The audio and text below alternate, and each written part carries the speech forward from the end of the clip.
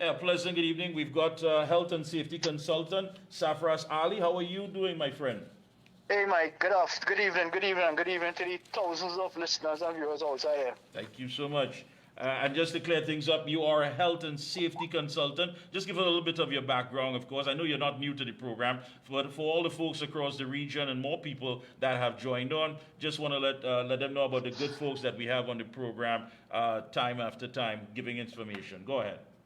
Sure. Well, I'm a former OSH agency inspector. I worked there in the agency between the years 2008 to 2013. And subsequent to that, I would have achieved senior management experience in health and safety in both the public and private sectors.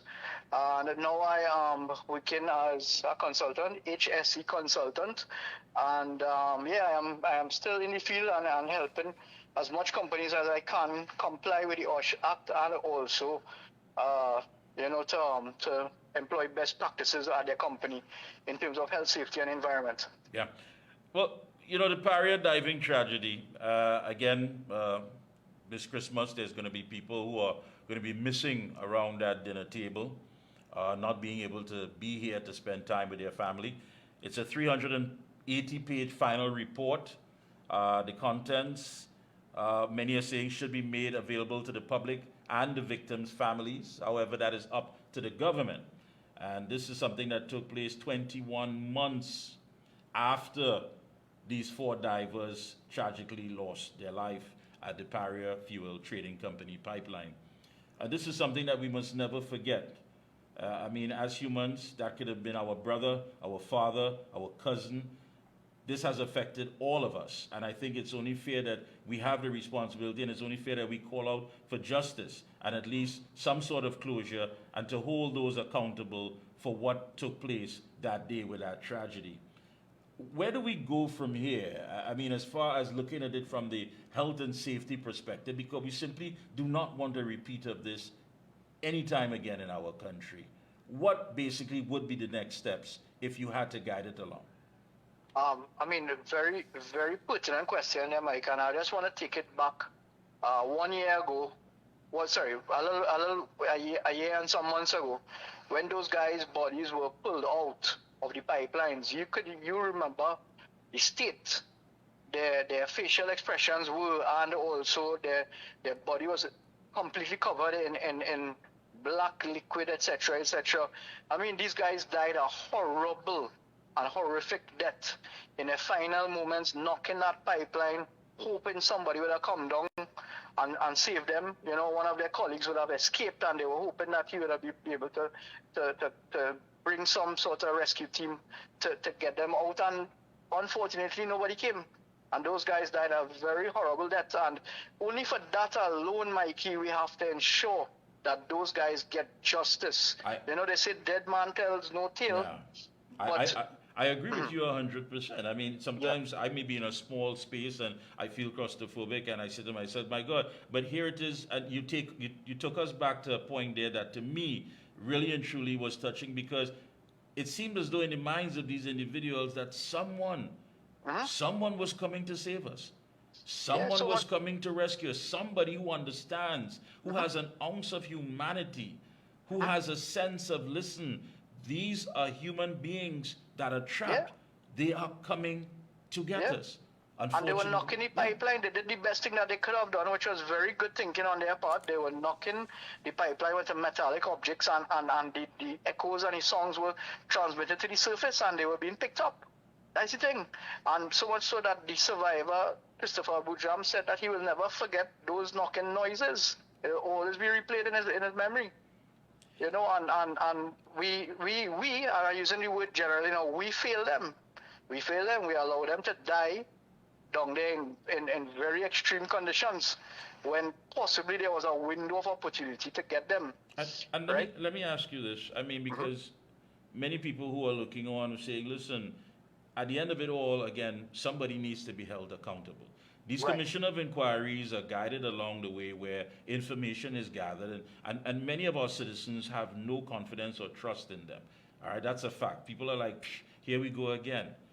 And I think that at the end of it all, we don't want a scapegoat.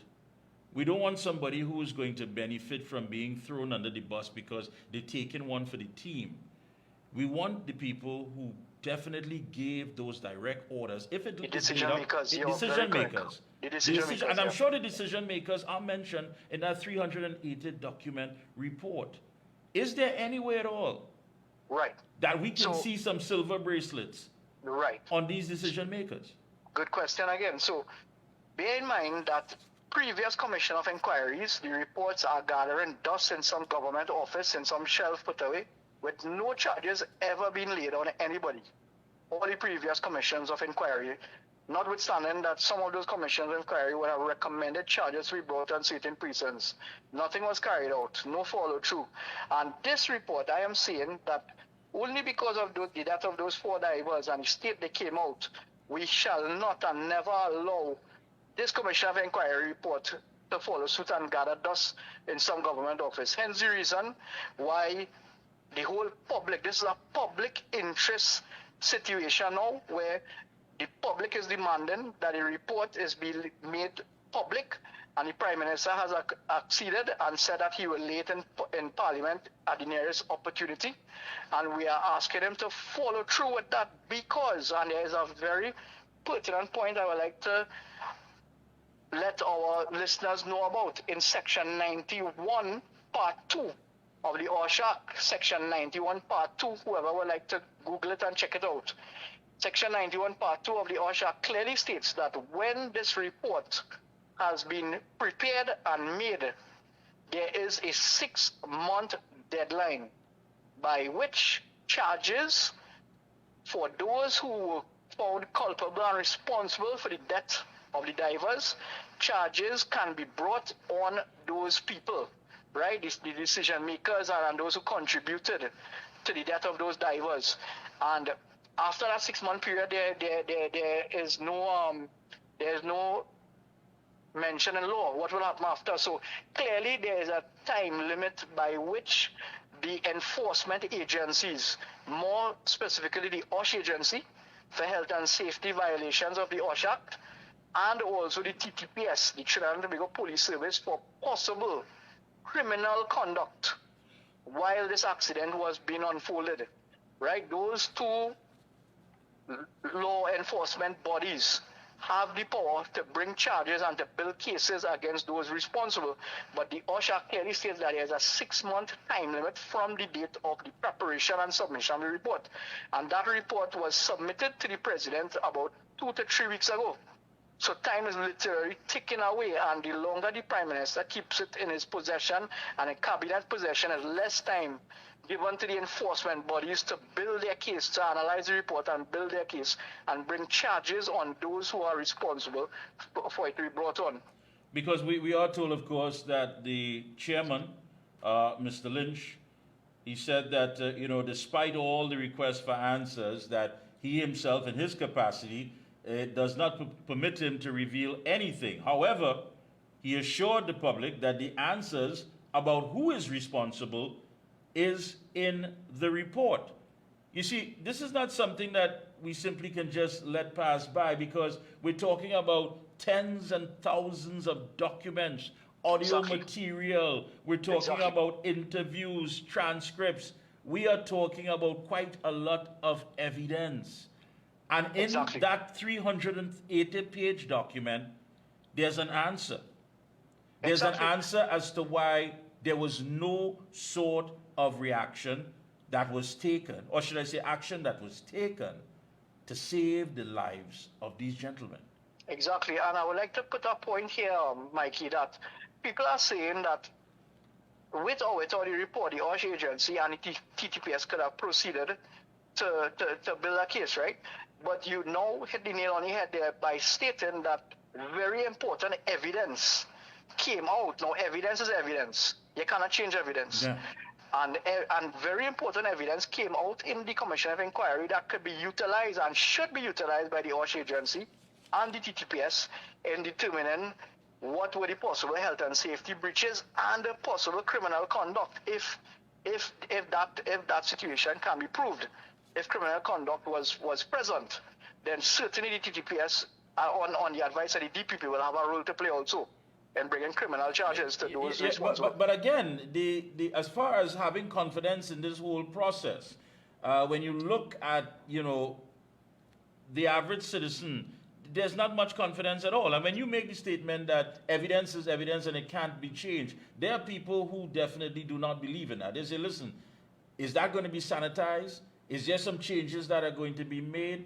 I mean, you have to understand, and you can't take them wrongfully, because this is tax dollars. We're talking about the inquiry was done using public money, and even the commissioner said that. All right? We have stadiums that are being refurbished at 147 million. We have political witch hunts that are costing close to $45 million. We have so much things that are unanswered, things that we cannot get any sort of transparency and accountability out of it. So here it comes again. Having confidence in any of these things is at an all-time low among the citizens of Trinidad and Tobago. And I think that in itself puts a fear in those who want closure and those who are demanding the truth. That's the issue.